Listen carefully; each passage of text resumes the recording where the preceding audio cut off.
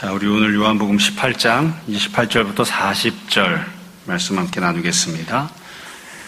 요한복음 18장과 19장에서 예수님께서 십자가 지시는 그 장소까지 가는 데 있어서 세 번에 걸쳐 장소 이동이 있었음을 기록합니다. 첫 번째 장소는 동산이었고요. 두 번째 장소는 안나스의 집이었습니다. 그리고 지금 세 번째 장소가 나온 건데요. 빌라도의 관정입니다. 관정이라고 하는 것은 관사죠. 공무원이 나라에서 주는 집이 있어서 거기서 이제 생활을 하는 거죠. 그러니까 총독 관사가 있어서 그곳에서 이제 재판을 한 거예요.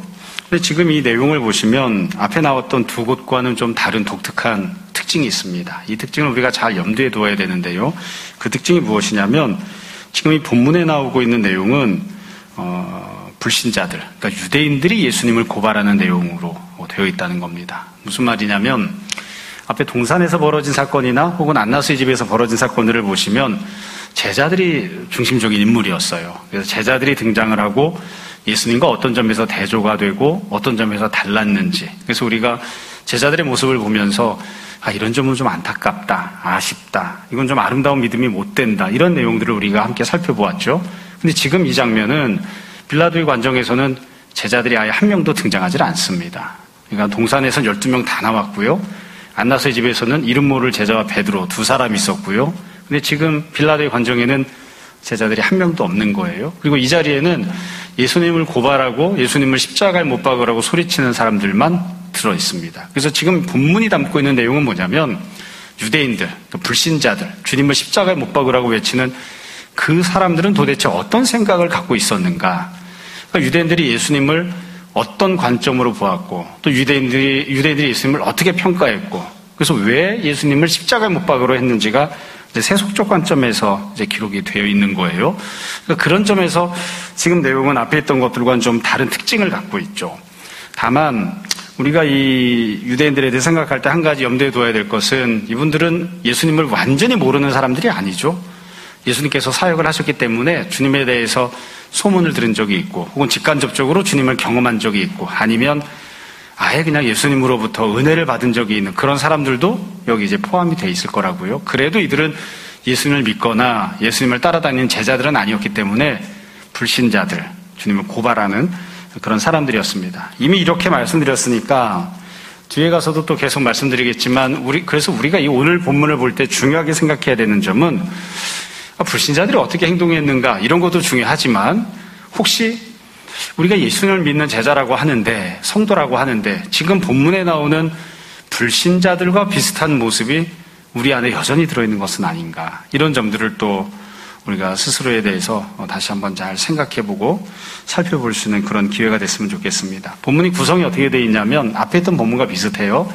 처음에 장소에 대한 설명이 나올 거고요. 그 다음에 두 번째로는 지금 재판이니까 예수님을 고발하던 유대인들과 빌라도사의 대화가 나오고, 세 번째로는 빌라도가 예수님을 신문하는 내용이 나오고, 마지막에 빌라도의 판결이 나올 겁니다.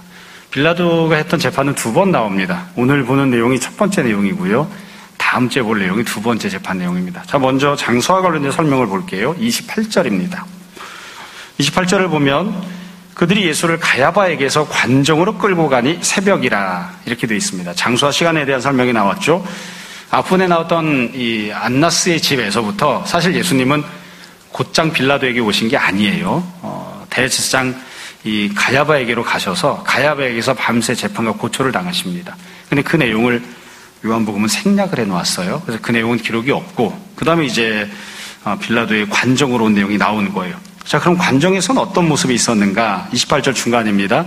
그들은, 그러니까 유대인들이죠, 더럽힘을 받지 아니하고 유월절 잔치를 먹고자 하여 관정에 들어가지 아니했다. 이게 이 장소와 상황에 대한 설명이에요. 이 내용에 대해서 간략하게 말씀을 드릴게요. 일단 우리가 잘 아는 것처럼 유대인들에게 있어 가장 중요한 절기 중에 하나가 유월절입니다. 흔히 무교절이라고도 하죠. 일주일 동안 절기를 지키는데, 이 절기를 지킬 때에는 절기에 참여를 하려고 하면 한 가지 조건이 충족이 돼야 됩니다. 그 조건은 정결함을 유지해야 된다는 겁니다. 그러니까 내가 청결해야 돼요.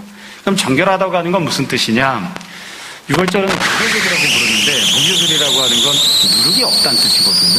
그러니까 누룩을 제거하는 것이 정결한 겁니다. 뒤집어 말하면 누룩이 있으면 불결하는 거예요. 그래서 기준이 어떻게 돼 있었느냐, 규정이 어떻게 돼 있었냐면 만약 이방인의 집에 있어요. 이방인이 주인 행사하고 있는 집이 있는데 유대인이 그 집에 들어갔다 그러면 일주일 동안 불결합니다. 이방인은 유월절 안 지키니까 집에 청소 안 했겠죠. 그러니까 누룩이 있다고요. 그러니까 이방인의 집에 들어갔다 그러면 일주일 동안 불결해서 유월절을 처음부터 끝까지 한 번도 참여할 수가 없습니다. 근데 그것 이외에 또 다른 경우가 있어요. 유대인의 집에 들어갔는데 유대인의 집 안에 그 유대인이 게으르거나 아니면 신앙생활을 등한히 해서 누룩을 치우지 않은 겁니다. 그럼 유대인의 집에 누룩이 있을 경우에 그 집에 들어가면 어떻게 되느냐? 하루가 불결합니다. 그러니까 내가 하루가 불결하게 되면 유월절 기간 중에 하루는 뭐 먹을 수가 없는 거예요. 식구들이랑 같이 지낼 수가 없는 거예요. 그러니까 절기를 하루는 건너뛰어야 되는 그런 상황이 된 거죠. 그래서 지금 이 유대인들이 어떻게 했느냐면 예수님을 빌라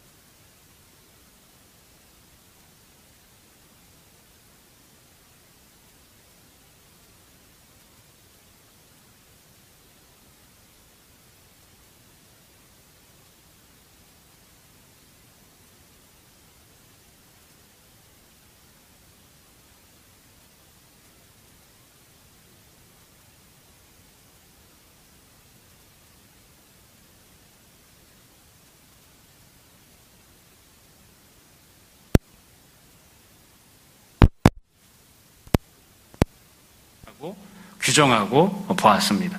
여러분, 이 부분도 우리가 상식적으로 좀 생각해 볼 부분이 있습니다. 가령 여러분 주변에 알고 있는 사람이 여러분에게 나쁜 짓을 했다고 치자고요. 어떤 나쁜 짓을 했어요. 그럼 여러분은 어떻게 하십니까? 보통은 어떻게 하냐면 그 사람과 싸움을 하죠.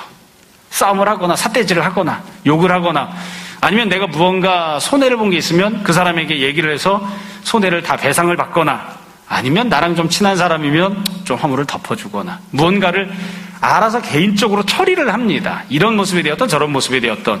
그런데 그 사람이 내가 별로 좋아하는 사람도 아니고 그 사람이 나한테 했던 죄가 커요. 악이 커요. 그럼 어떻게 하느냐면 개인적으로 하지 않고 데리고 소송을 걸고 법원으로 끌고 가죠. 그러니까 지금 이 유대인들이 예수님을 어떻게 처리하고 있는 거냐면, 그냥 예수님이 우리에게 했던 일들에 대해서, 그리고 우리가 예수님에 대해서 판단하는 것에 대해서 그냥 개인적으로 알아서 이렇게 처리하고 넘어갈 수 있는 그런 성질의 것이 아니다. 반드시 이 자식은 끌고 가서 재판을 해서 법에 준엄한 심판을 받게 하고 법이 규정한 모든 형벌을 받게 해야 되겠다. 순 나쁜 놈이야. 법원에 끌고 가야 할 만큼 나쁜 놈이야. 이렇게 본 거죠. 그래서 지금 재판을 과정에서도 그렇게 얘기하는 거예요. 여기서 행악자라고 표현했지만 아주 부드럽게 표현한 거죠. 이 순 나쁜 놈입니다. 진짜로 법이 있으면 이런 사람 벌 줘야 됩니다. 이러면서 예수님을 끌고 온 거예요. 이게 유대인들이 예수님을 본 관점이에요. 자, 그러니까 그 다음에 31절 빌라도가 다시 질문을 해요. 빌라도가 이르되 너희가 그를 데려다가 너희 법대로 재판하라. 이게 무슨 말이냐면, 이스라엘이 당시에 로마의 식민지였지만 상당한 자율권을 갖고 있었습니다. 그중에 행정에 대한 자율권도 있었고 특별히 재판과 관련된 자율권이 있었어요. 그래서 유대인들은 유대인의 관습에 의해서, 그러니까 구약 성경이나 율법에 의해서 유대인들을 재판하고 치리할 수가 있었습니다. 그래서 재판을 해서 유대인들이 이 사람은 벌을 받아야 돼. 그래서 채찍질을 한다든지 아니면 매질을 한다든지 태형을 가는 거죠. 아니면 감옥에 가두고 구금을 한다든지 얼마든지 이렇게 할 수 있었어요. 그러니까 지금 빌라도가 그 이야기를 하는 거예요. 만약에 예수님이 뭐가 문제가 있으면 너희가 재판할 수가 있으니까 데리고 가서 재판하고 벌을 주면 되잖아. 감옥에 가두지 뭐 이렇게 하면 되잖아. 뭐 때문에 여기까지 끌고 왔어? 이렇게 질문을 한 거죠. 그러니까 여기에 대해서 유대인들이 대답을 합니다. 이 대답은 유대인들이 예수님에 대한 생각을 어떻게 품고 있었는지를 보여주죠.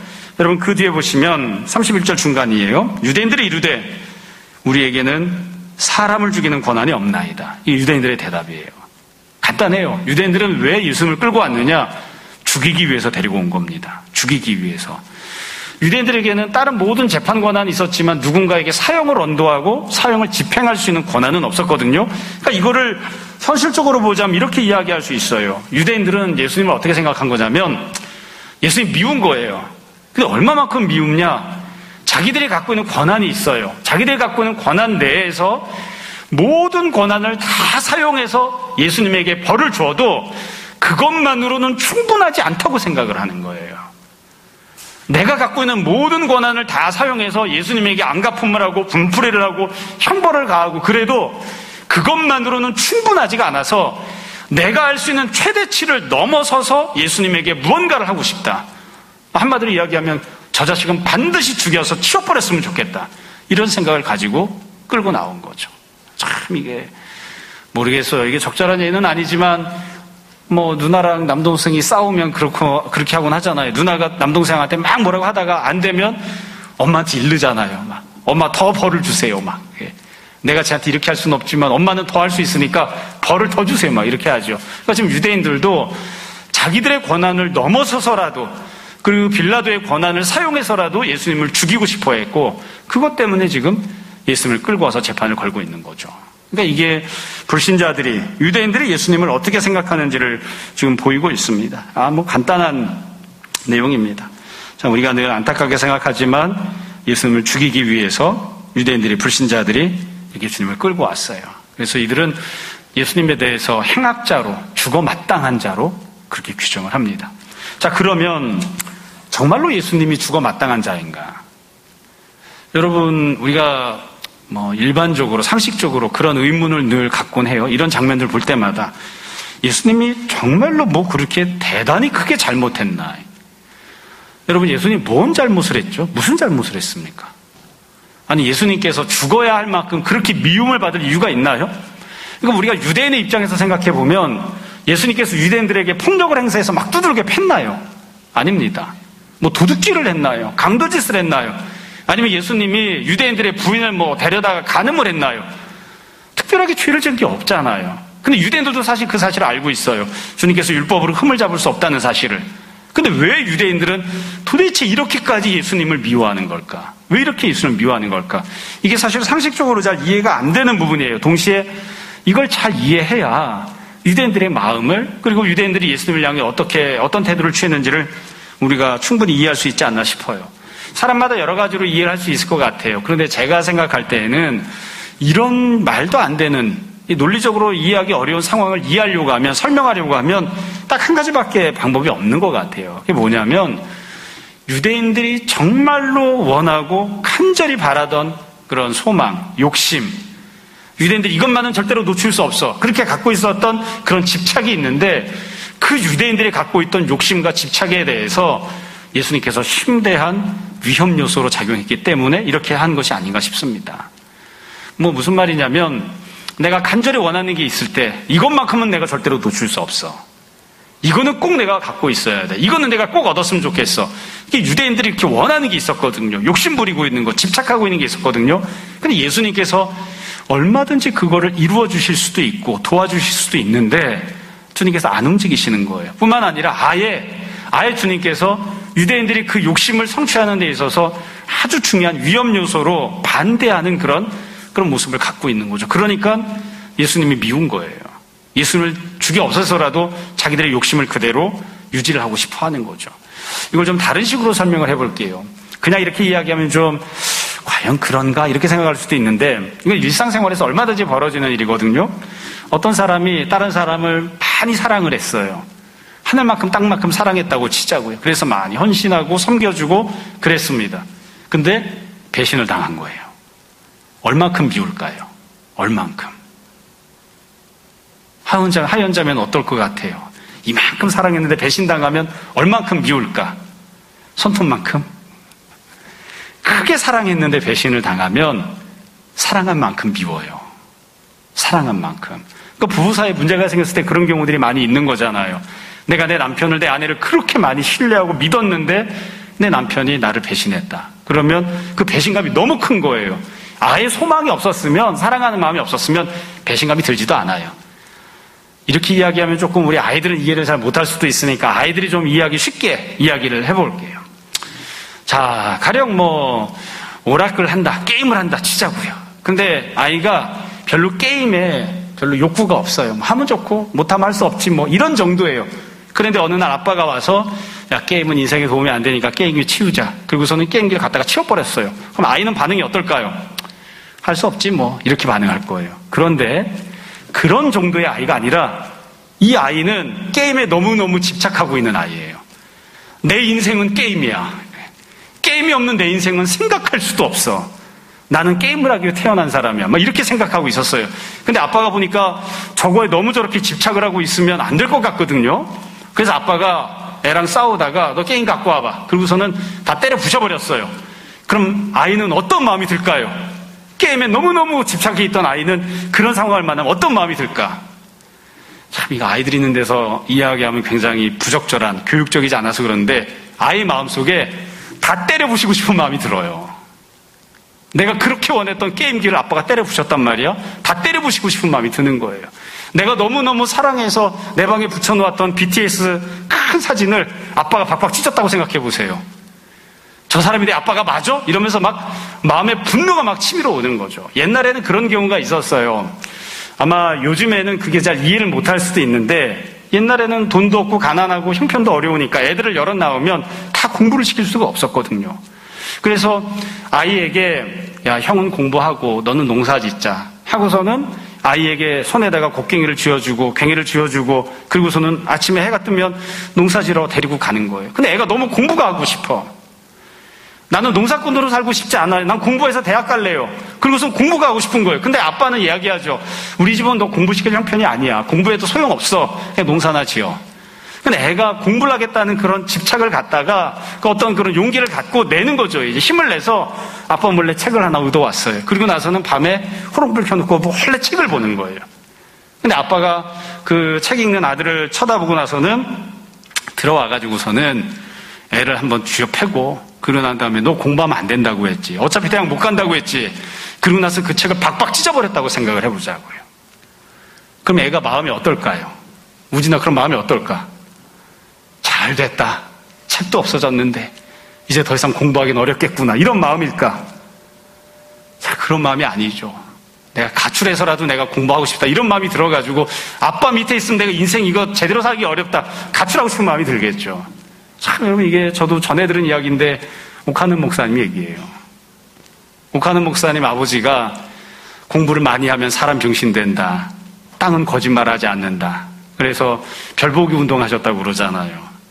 별 보고 나가서 별 보고 들어오는 농사 짓고 살아라. 농사 짓고 살아라.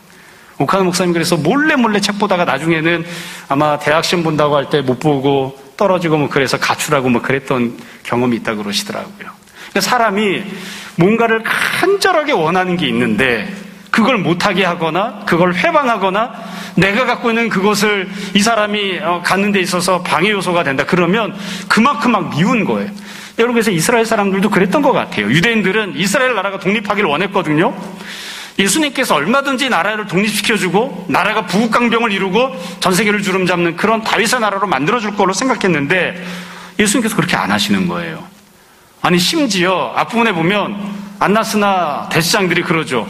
이 사람 하나를 죽여서 나라가 독립을 유지하는 게 훨씬 더 낫지 않겠느냐. 그렇게 판단한 거예요. 그러니까 예수님이 있으면 이스라엘의 독립 상태를 유지하는데 장애 요소가 된다. 방해 요소가 된다. 그러니까 예수님이 미운 거죠. 치워버리고 싶은 거예요. 치워버리고 싶습니다. 당시 종교 지도자들도 마찬가지입니다.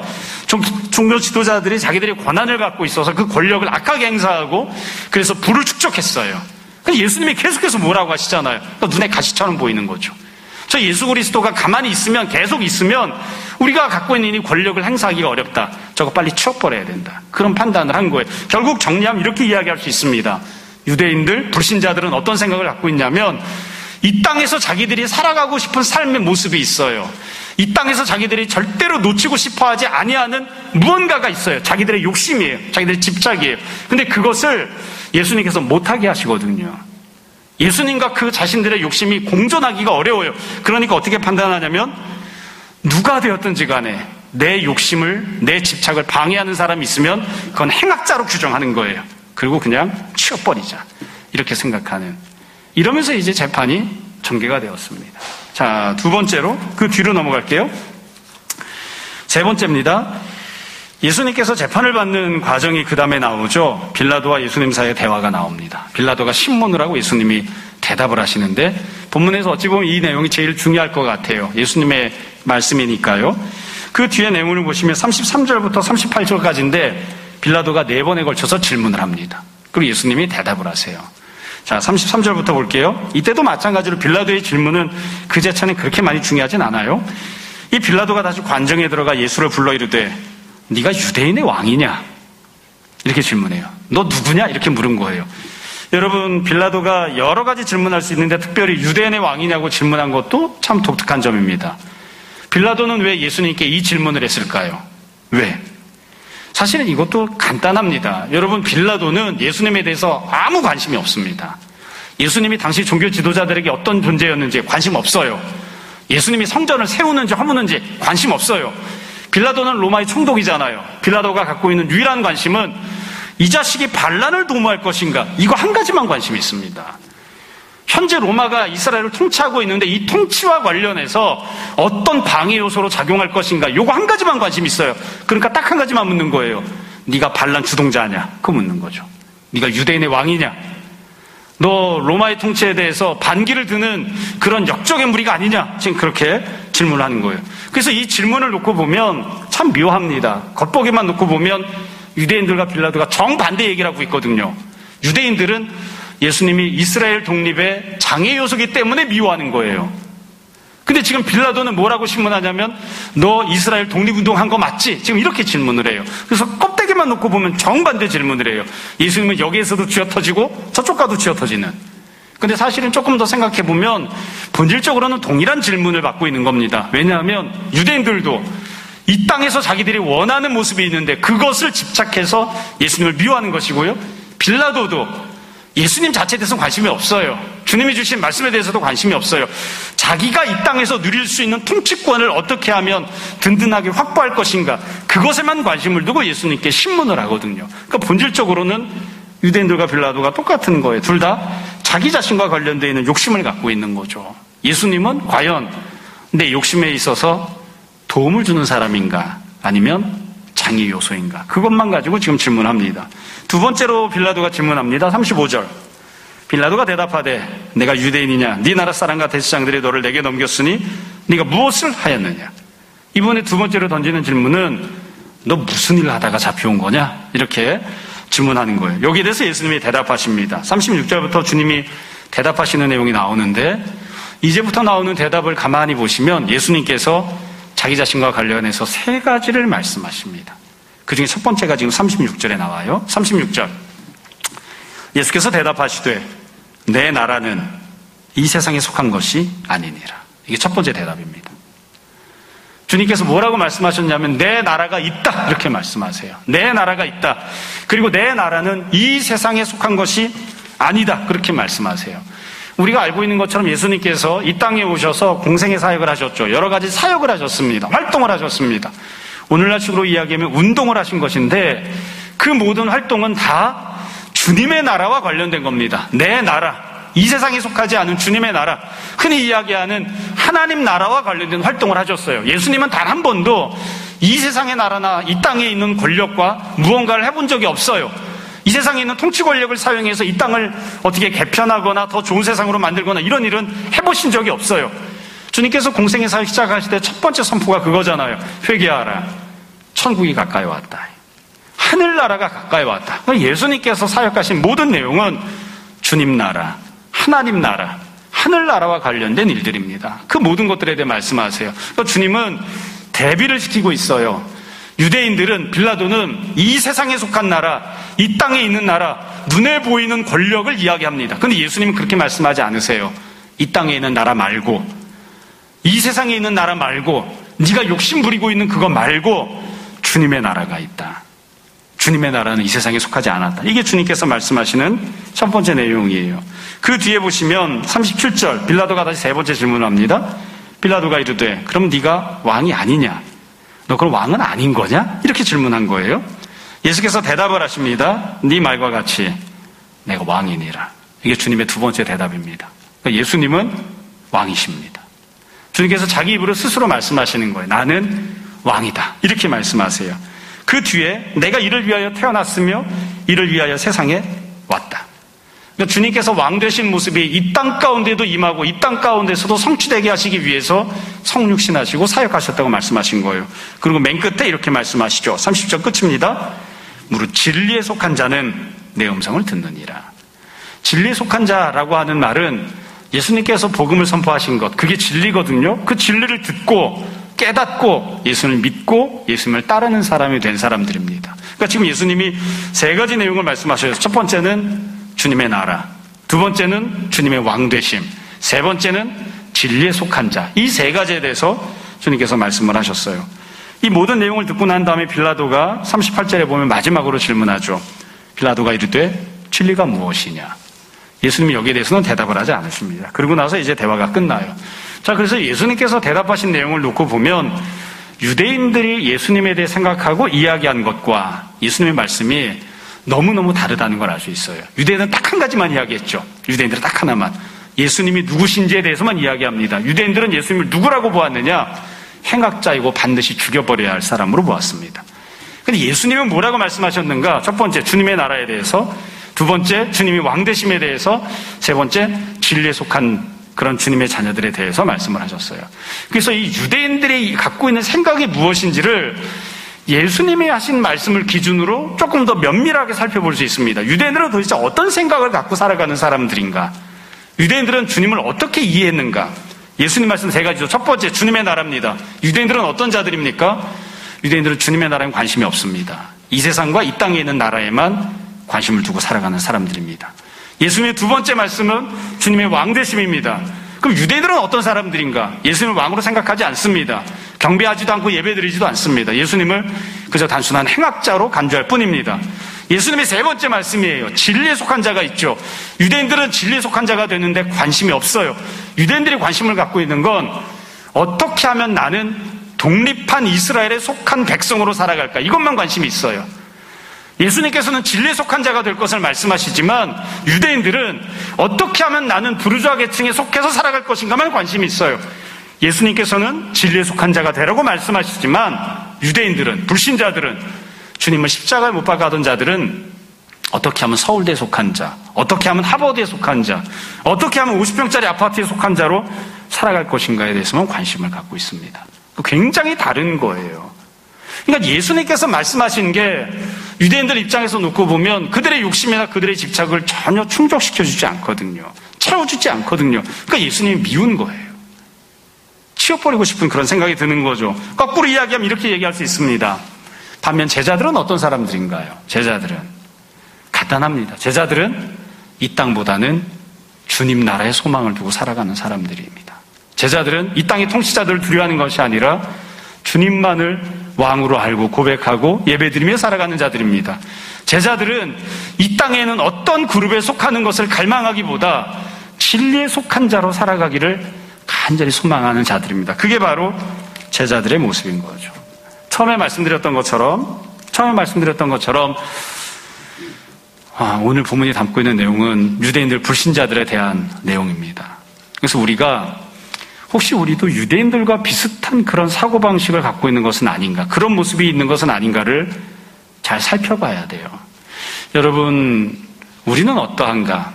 우리가 기도를 할 때, 주님 앞에 간절히 무언가를 부르짖을 때 우리는 과연 주님 나라를 위한 기도를 합니까?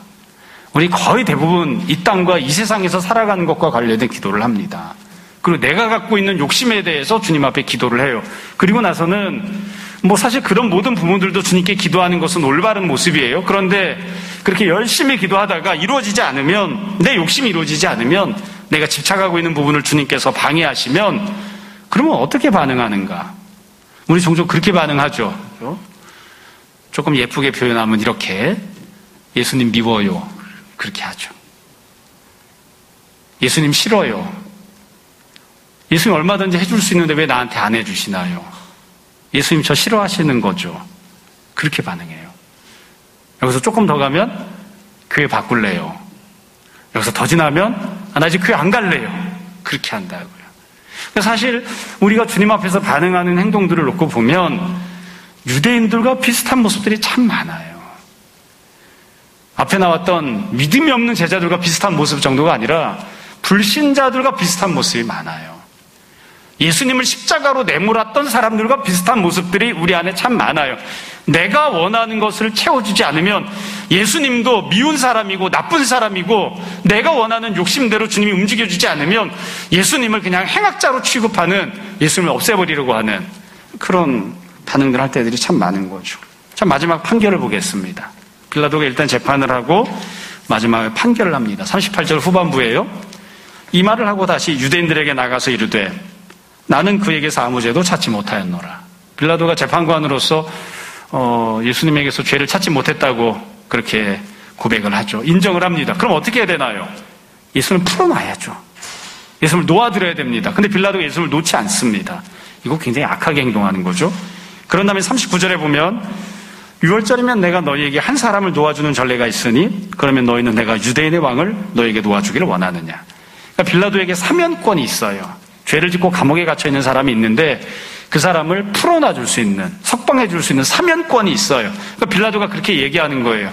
내가 사면권을 행사해서 예수님을 놓아줄까? 이렇게 얘기해요. 이거 굉장히 합당하지 않아요. 왜냐하면 아까 말씀드린 것처럼 이미 예수님은 죄가 없다는 사실을 알고 있잖아요. 그럼 예수님은 당연히 풀어놔야 되는 거죠. 그리고 자기가 사면권이 있으면 죄 지은 사람들 중에 한 사람 누구를 사면해주면 좋겠느냐 이렇게 물어야 되는데 빌라도는 굉장히 합당하지 않게 질문을 던집니다.